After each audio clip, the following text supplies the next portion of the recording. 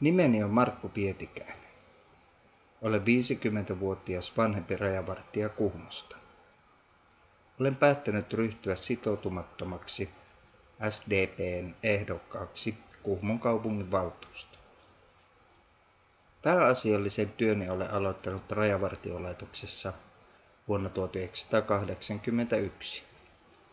Työskentelin ensin koiran ohjaajana 10 vuotta Rajakankaan rajavartioasemalla. Samanaikaisesti olin Kuhmon rajavartijat-yhdistyksen hallituksessa ja puheenjohtajana sekä Kainuun rajavartioston Rajavartioliiton pääluottamusmiehenä. Vuonna 1991 minut valittiin Rajavartioliiton päätoimiseksi valtakunnalliseksi pääluottamusmieheksi.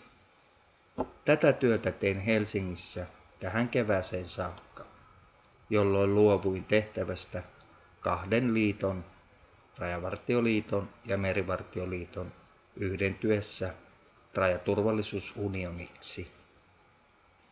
Lähes 21 vuoden päätoiminen pääluottamusmieskausi oli haastava ja työtäyteinen Rajavartiolaitoksen henkilökunnan etujen valvomiseksi ja parantamiseksi. Samalla loin paljon yhteiskuntasuhteita yli puolueen rajoja. Minut on nimetty Rajavartioliiton toimesta nykyisen Rajaturvallisuusunionin kunniajäseneksi.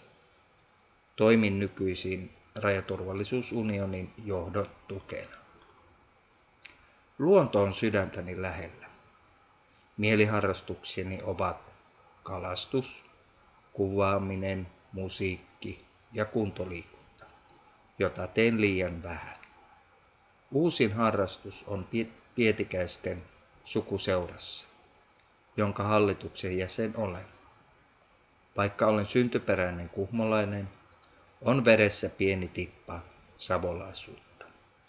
Isä on Pielavedeltä ja äiti Pyhäjärveltä. Olen naimisissa ja minulla on 2 aikuista lasta, jotka ovat lentäneet pesästä.